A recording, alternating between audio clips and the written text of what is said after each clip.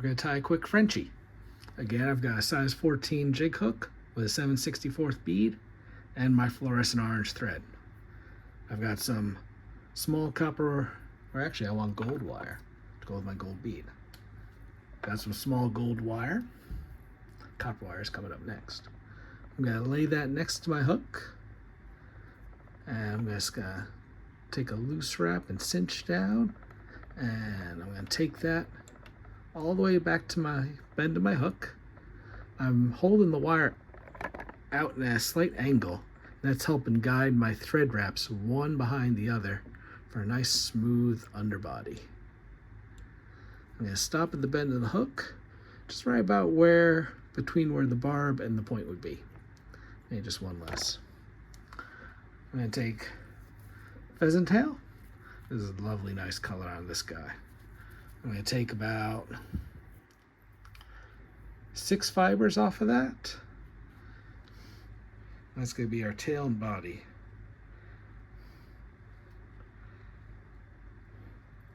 I'm going to pull them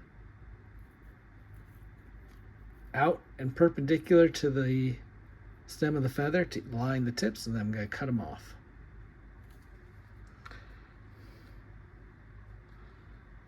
Let's see.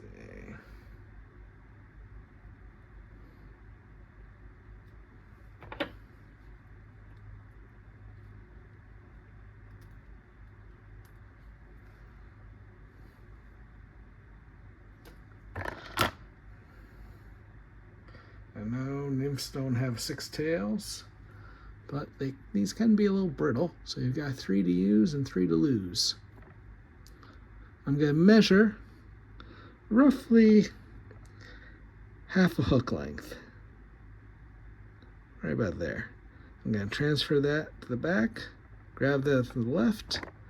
I'm going to position these butts just in front of the hook, so that as I come over with my wrap of thread, that pushes them onto the top. I'm going to take 2 wraps, see how they look. You can tug the butts to center them a bit better. I'm going to take 1 or 2 more wraps, depending on how thick your thread is, around the butts, and that's them secured. I'm then going to bring my thread up and just kind of smooth out this body so I got a bit more even taper up to where I built up that thread dam at the bead. That looks good.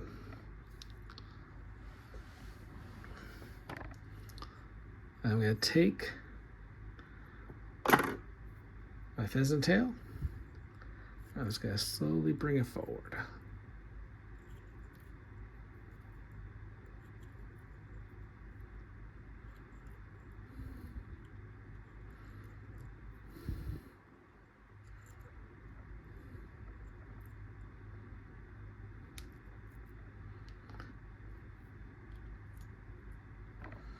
That's how you do that without using your rotary function.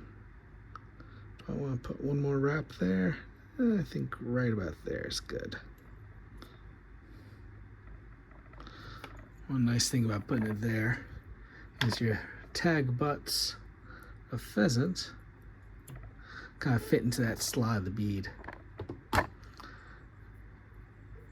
I'm going to take my gold wire and I'm going to counter wrap. I'm going to put the first wrap over that bare thread where I tied in the tails. And I'm just going to come up even spiral wraps, counter wrapping that body.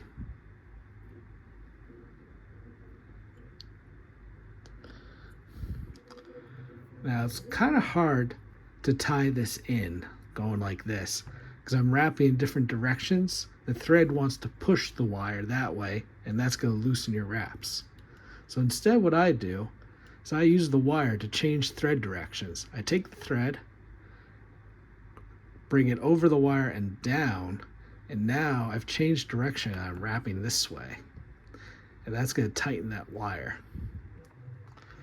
And then to get back to normal, I again use the wire to change directions.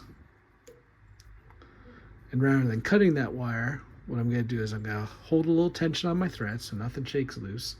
And I'm just going to helicopter that. And it's gone. There we go. Now, typically a Frenchie would just be a little bit of ice dub. And that could be whatever hot spot you like. Pink, orange. This is like pheasant tail. It's not a bad color.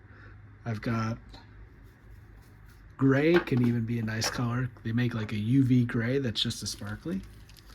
I'm going to use peacock. It's a little bit more subtle. Sometimes fish see a lot of hot spots, heavily pressured fish. You need to throw something a little different at them. Now, ice dub is very hard to dub, or it can be. I'm just going to put a very thin amount of wax on there. You don't want to see it. Oh, try not to bump the camera there. And I'm going to take a very small amount of peacock dubbing. Just a few fibers at a time. And what you're, you gotta pull a little bit away. And what you're doing is you're just coloring your thread.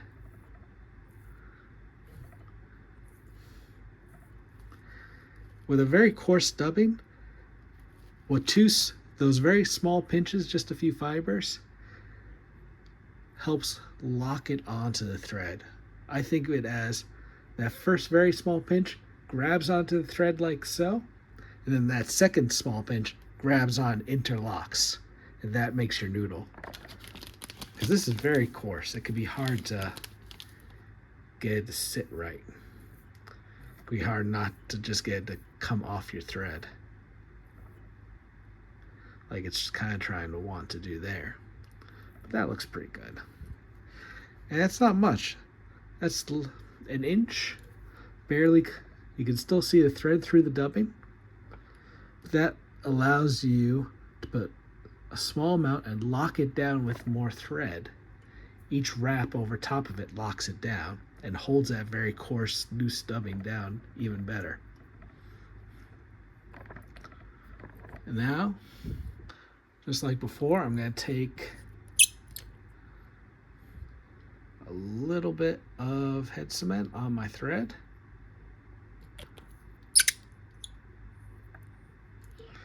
Just barely. That might even be a little too much. I'm going to take a little bit off of my thumbnail. And I'm going to finish that on. That should build. I'm still going to have a little bit of a hot spot with my collar here.